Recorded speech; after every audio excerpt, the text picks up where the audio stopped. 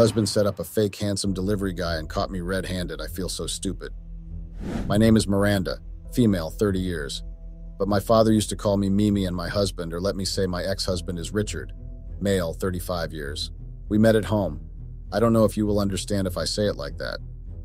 Well, Richard had come to my house to deliver some documents that my father needed because he was working at home that day since my mother was not feeling well. He came to our house and asked where my father was. I didn't answer him at first because I had just zoned out the time I opened the door for him. I think he saw that I had zoned out and he just let himself in. That was when I managed to bring my mind back to reality. I was charmed by his handsomeness, his body posture, the way he dressed. One would swear he was a model or something, and not to mention when he opened his mouth. I just melted and zoned out on the spot. So I followed him and told him that my father was busy, but he could leave whatever he had brought to me, of which he refused, and told me that he needed to give them to my father. Luckily, father came down and took the documents that he had. Then he introduced us. I was 24 years old and he was 29, I think. Father saw the way I was looking at Richard and told me to stay away from him and should focus at school, not on boys. I first didn't understand why my father would say that, but with my stubborn self, I didn't listen. Instead, I would go to my father's practice and pretend like I was going to check on my father whenever I came from school, knowing very well that sometimes my father would work at home because he didn't want to leave my mother alone, and he didn't want any helper. Knowing very well that I was actually looking for Richard. He noticed that when I had come maybe for like 3 times at my father's practice, pretending to be looking for him while knowing that he was home taking care of my mother. He asked why I kept coming to the office while I knew that my father was working from home. I told him that I didn't know that he was at home. I thought he had come to work to operate someone maybe, because he would only go to work if there was a patient that needed his special operation and their condition was serious. I knew that he didn't believe my lie, but I didn't care because I wouldn't tell a guy that I had come to see them. So the guy just suggested that I should give him my contact numbers so he can tell me when my father would be available, so that I won't keep coming to the office for nothing. I didn't ask him many questions. I just gave him my numbers, and he gave me a call later that day saying he was just checking up on me. My heart was filled with so much joy when he called. Since then, he kept checking up on me either through calls or text messages. We became pretty close, well, privately, because we didn't want my father to find out that I was a friend of his personal assistant, since he had warned me to stay away from him. You know how us girls get when we are told to stay away from someone or trouble. We just don't listen and go to the trouble or someone we had been warned about, thinking that what your father told you was not true. We always want to prove our parents wrong by their speculations. But I guess mine was not wrong after all, and I regretted not listening to him. Anyway, a couple of months as Richard and I kept spending time together, we got closer and closer until I knew that I had developed feelings for the guy. I mean, he was treating me like a princess. He wouldn't go a day without checking up on me, taking me out every week and fetching me from school. Richard became my friend, my source of happiness. I was happy with him, I won't lie, and he would always manage to make my dull day gloomy without trying so hard. The more we spent time together, the more I saw him as a person who I wished to spend my life and have children with. He was funny, loving, caring, and very supportive, so you wouldn't fall for a person like that. He gave me so much attention. He once told me that he was born in Chicago and moved to Broadview Hills here in Ohio after his family was gunned down by some gangsters.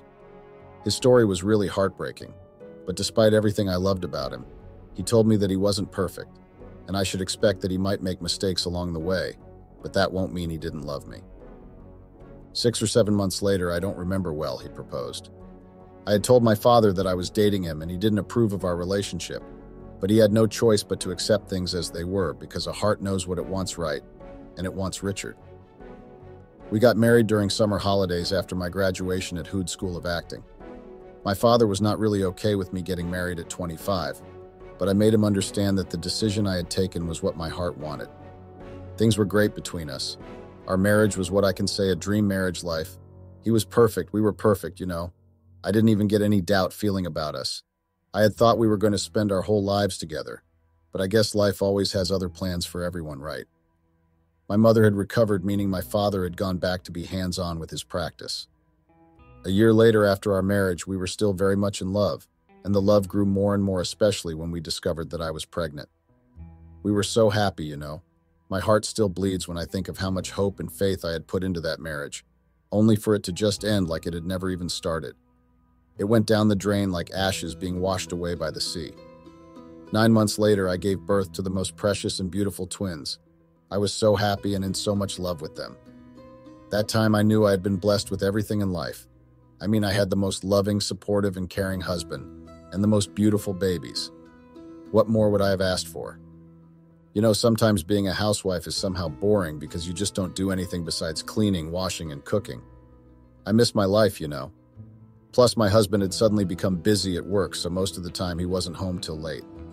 The twins were a great distraction for me because I would have been lonely to death if they were not there. They brought so much joy and happiness in my heart to a point that I even didn't care much about Richard's sudden behavior.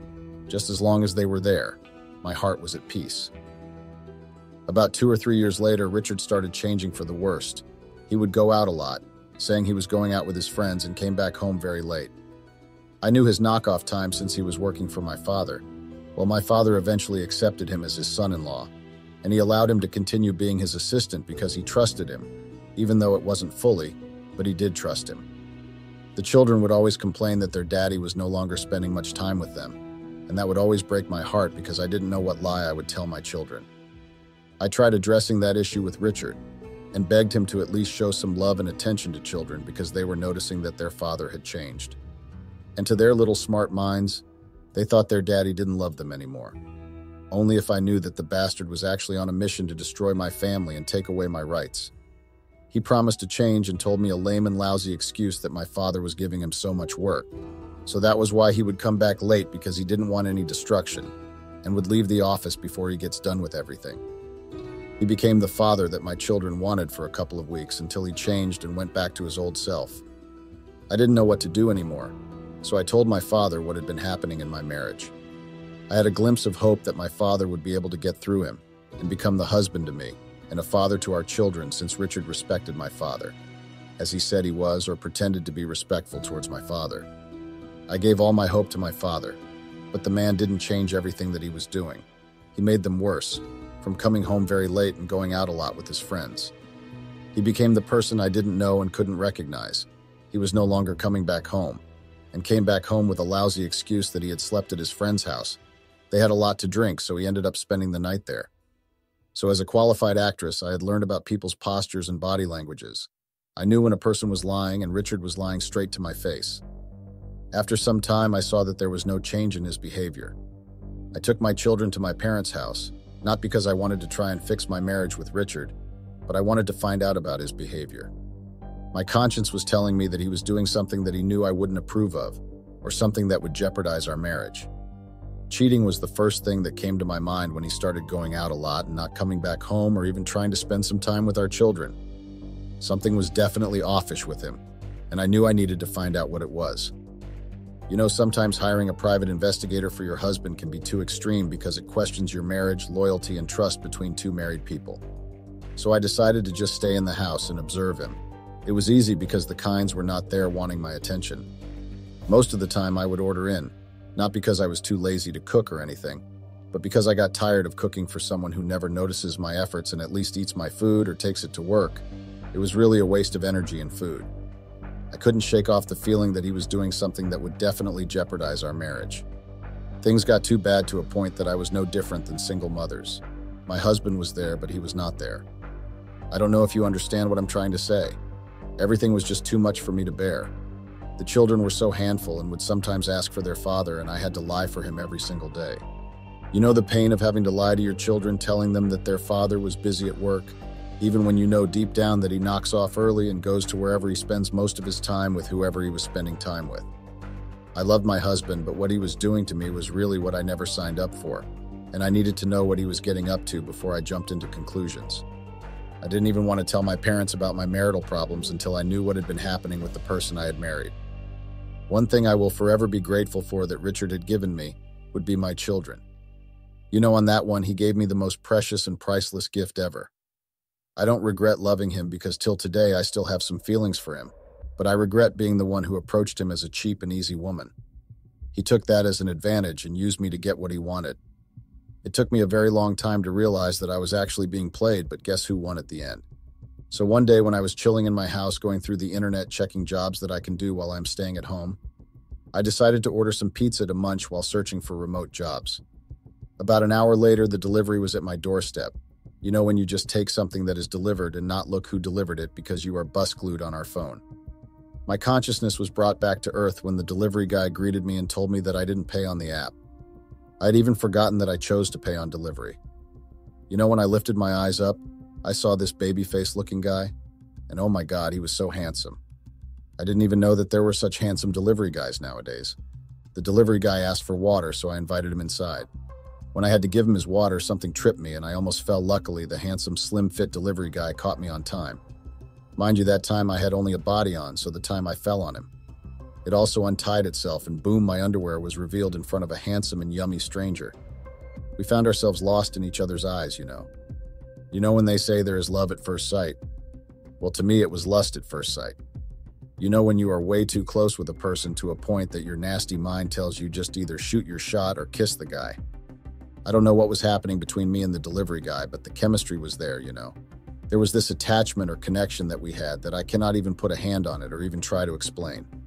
You know when you have that long-lost lover and after years you find each other, and the love lost gets renewed again. That was how I felt with the delivery guy. I couldn't hold myself any longer. I ended up smashing my lips on his, and fortunately he accepted it. Everything just happened too fast because one minute we were kissing and the other we were making out on a couch. Slutty move, I know, but do you blame me? I couldn't resist it. So that was how our thing started. Sometimes we would meet at my house if my husband was not around, or meet at a guest house because hotels are not so private and anyone can see you walking in and out of it. The delivery guy introduced himself as Charlie Hirayama, male, 31 years. Yes, you guessed right, he was a half Indian and half Caucasian, meaning he was a mixed breed. Our thing started off as an unusual thing, or let me say an unusual moment of weakness. Then we found ourselves forming an affair in a most unexpected way. So one day, Charlie had invited me to have a chill out with him and his friends. I agreed to the invitation. I just couldn't stay with Richard that weekend, and his behavior was making me angry. I wanted him to change, but I think he didn't want to. He loved how he was. So Charlie and myself, after the chill out with his friends, we went to his flat, and we ended up spending the night together. With Charlie, I always felt free, like I was myself. And I also felt a sense of excitement and validation, but also guilt and shame because I went against Richard's disapproval. I knew that I had crossed a line and that there was no going back.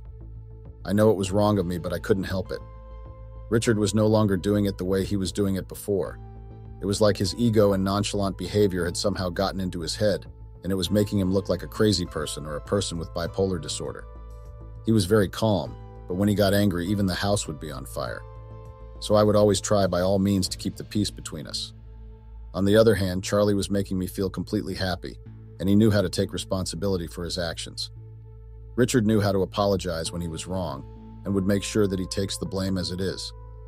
I didn't know that in my relationship with Richard, the last time Richard had uttered the word, "I'm sorry." Instead of doing that, he would either deny or shift the blame on me or someone else. He didn't have the guts to say, "I'm sorry." Spending time with Charlie made me feel at ease. I felt a sense of belonging, and he understood me and my needs. I know I shouldn't have fallen for a person who was a delivery guy, but I couldn't help it. Charlie had once confessed his love for me before, but I was so much in love with Richard, so I kept rejecting him and told him that I didn't see him in that manner. But I saw him as a person who knows what I need and want, and fulfilling those gaps that I had in my life. Charlie became my best friend in a much unexpected way. We would talk about anything and everything, and I would even tell him about my shame of marriage. I was happy that he didn't judge me or give me advice to divorce my husband, but I guess the phrase that says marry your best friend was somehow true. Well, because I never really believed in such phrases. I only believed in my heart that if it loves someone, we can be in love with them or even marry them. The next day I tried to act normal around Richard, but I couldn't shake the feeling that he knew something was wrong.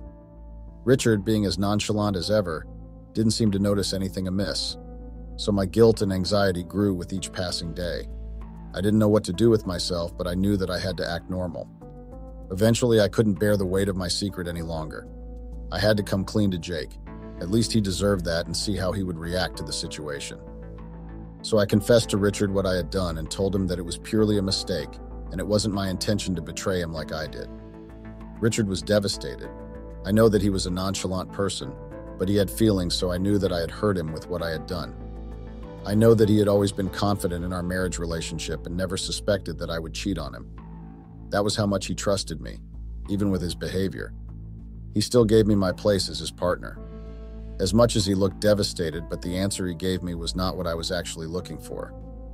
You know when you decide to come clean to your partner just because you feel guilty and remorseful of what you have done? You expect your partner to act ballistic and maybe explode like a bomb. I had expected him to be angry at me, shout at me, or even break things if he had to, but the buster just gave me an okay. That frustrated and infuriated me because it wasn't the reaction I had been expecting and hoping for. I asked myself the whole day if Richard still loved me, and why would he give me a simple and dry okay after I had confessed my sins to him. Since then, Richard moved out of our house without any explanation or proper talk, which I think was a bit too much and childish. He shouldn't have moved out, you know. I was heartbroken and filled with regret. I realized that cheating on Richard had been a huge mistake. I had expected so much from Richard, but he had shown me that he still had the mind of a child. I won't lie and say I didn't miss him because I did, and I had tried calling him to come back home. I'd even gone to my parents' house to fetch the kids, thinking that he would at least come back to his senses and come back home. It took him more than 6 months for Richard to move back in. I had got back with Charlie because I was way too lonely, and I needed some vitamin D in my life. Charlie was there when I was in my lowest low. He, Charlie, gave me everything that I had wanted and fulfilled my desires. One day I had ordered pizza, and to my luck or unlucky, the pizza was delivered by Charlie. You know how kids like to see who comes in the house and check whatever thing that you do. So that day Charlie came in not minding the company that we had. So he kissed me and one twin spoke, which was when he realized that I had my kids over. The room became too small for all of us, and I knew that my babies had loud mouths, so I was sure that they would tell their daddy what had happened.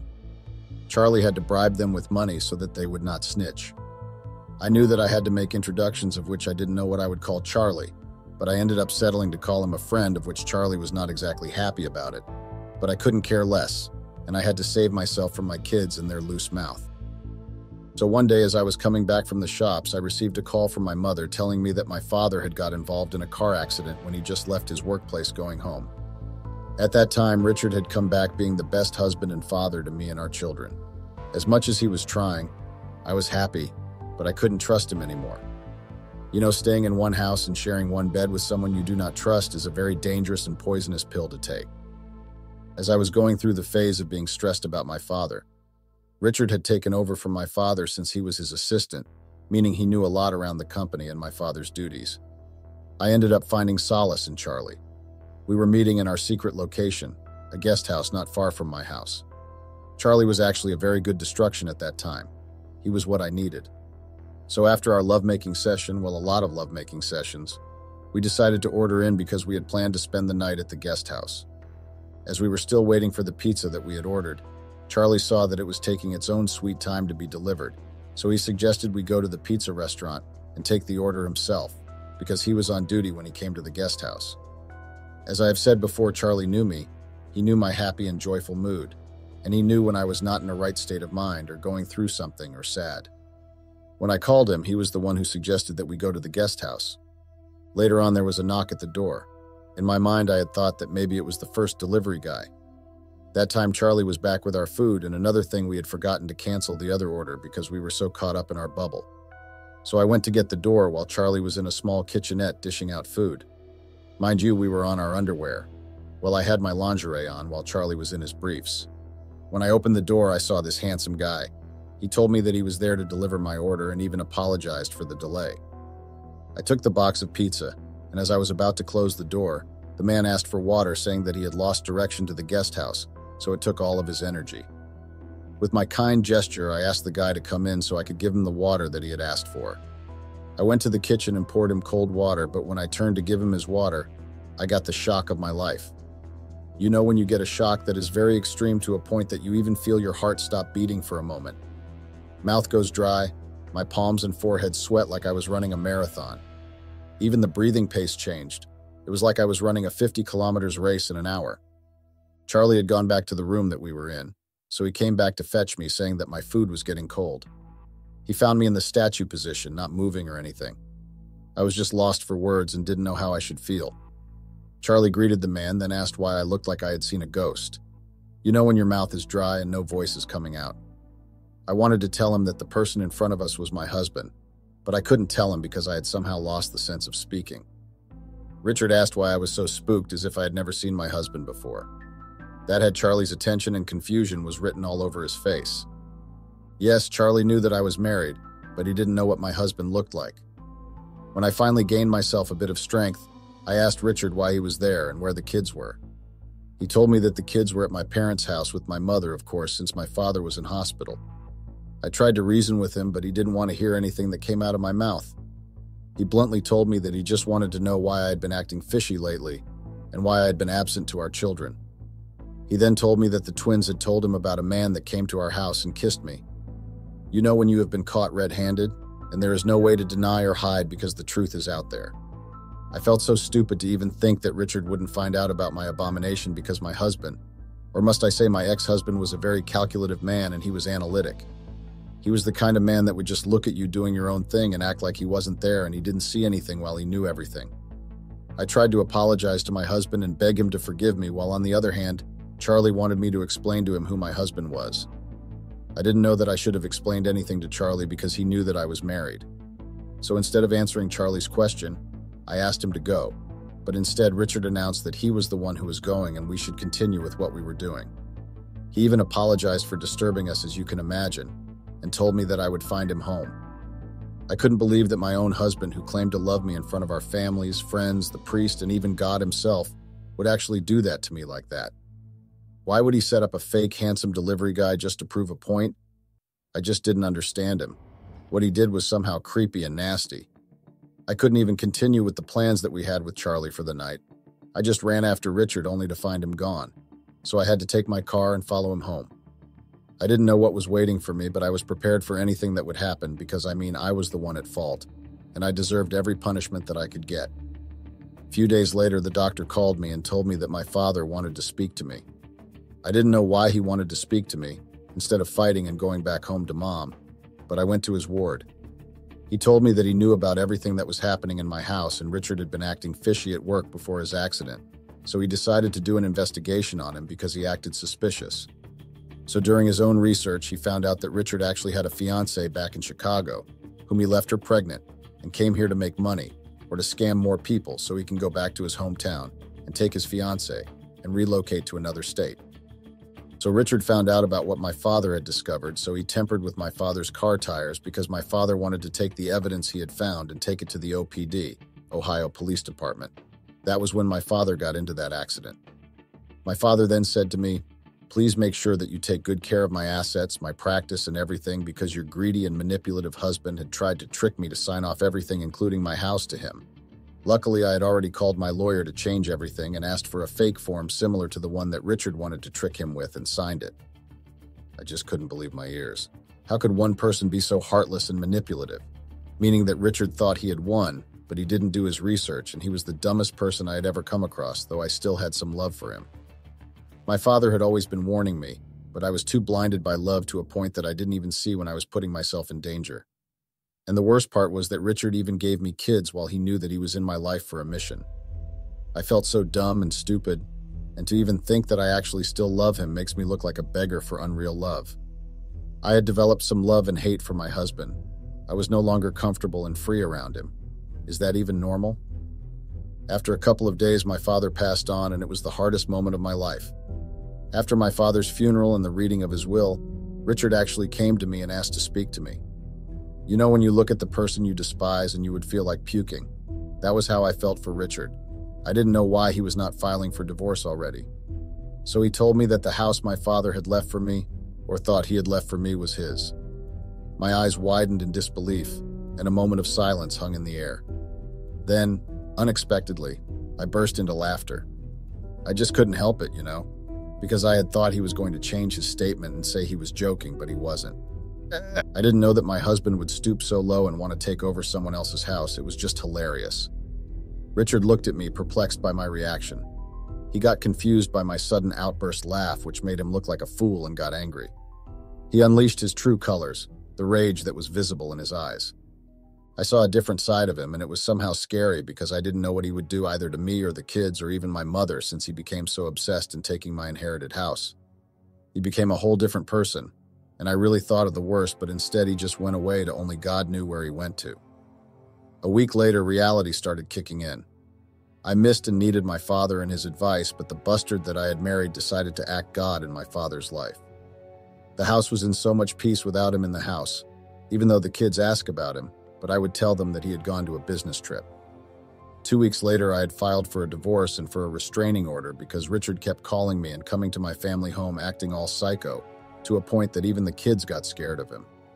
I also handed over the evidence that my father had discovered during his investigation. Luckily, the investigation regarding my father's accident was still ongoing, so it was easy to bring Richard down. My mother found me a therapist that did house calls, and I was grateful for that because I didn't want to face the world, you know. I was going through a very rough patch. I was not coping at all. I was somehow scared that Richard would see me or temper with my car tires also like he did to my father. I couldn't leave my kids alone. Richard was arrested and sentenced to 25 years in prison for murder, and another 25 years for scamming a businessman in Chicago, and other charges came up when the police continued with the investigation. I was so relieved that he was finally away from me and my family, and I had vowed to never ever think I know better. Please tell me if what decisions I had made were good moves. I mean, half of my heart still loves the guy, but the other hates him with passion. My children sometimes want to visit him in prison, but I do not allow them because I do not want anything to do with Richard. What should I do? Please tip me here because I am lost and I don't know what to do.